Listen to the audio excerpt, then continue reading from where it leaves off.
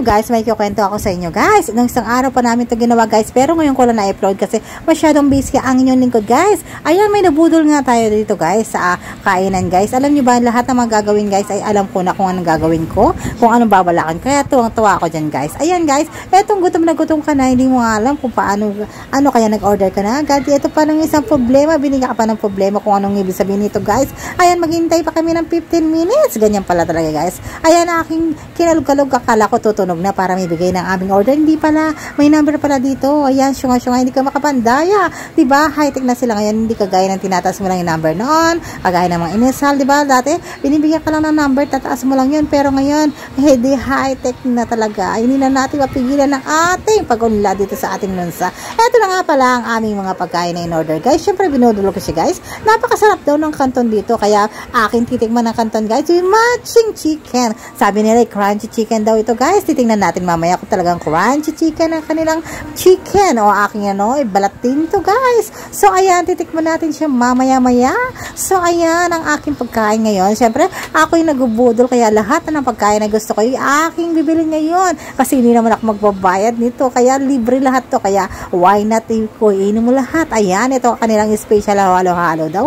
Kailangan merong ice cream sa taas, kaya masabi mo siyang special ice cream. So ayan, tingnan na natin ang subo ni Mr. Borbolen. Titingnan natin kung masasarapan siya, nasasayahan, problema, or naiinis, or naisip niya sa kanya sa sarili niya na naisahan ko na naman siya.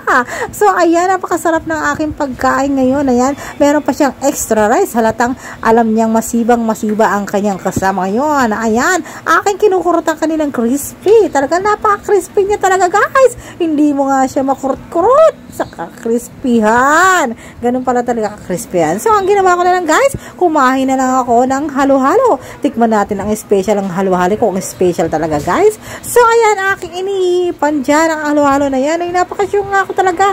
Akala ko mainit siya. So, nalaki ang ating mga mata dyan kasi napakasarap. Napawaw talaga ako dyan. Sana masarap na masarap ang kanilang halo-halo. So, mamaya na yan ang halo-halo natin. Aking munang lalantakan ang pagkain na to. Sabi nga nila guys, ang mainit na pagkain dapat kainin mo na agad. Huwag mo nang hintayin na maglamig pa to kasi hindi na masarap.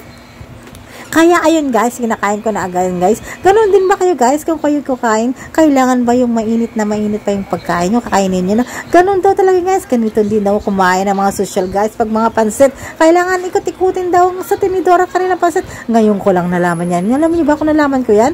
Ayan, nakikita ko lang yung isang commercial na gaganyan siya. Kaya ginaya ko na. Kasi noon, hindi ganyan ako kumain ng pansit. So, ganyan pala kumain. Aking kinukutsara, talagang napaka-crunchy siya guys.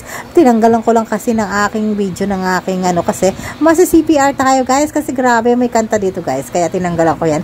Pero talagang totoo guys, napakalutong ng kanilang chicken dito. Hindi talaga ito chismis, ito'y totoo talagang na totoo. Truth na truth siya. Hindi siya false. Kaya pag ako nagsalita guys, totoo ito. Kaya kumain na kayo dito. So, hindi ko muna sasabihin kung saan to kasi hindi naman libre yung mga pagkain namin dito. Pero na lang kung bibigyan niya ako ng sponsor, ililibre niya ako. Kaya, i-sponsor nila ako dito. Kaya naman, bakit hindi niyo ako i-sponsoran? Alam niyo naman, mata ako ito guys. Papakita ko sa inyo kung gaano ka-crunchy ang kanilang chicken.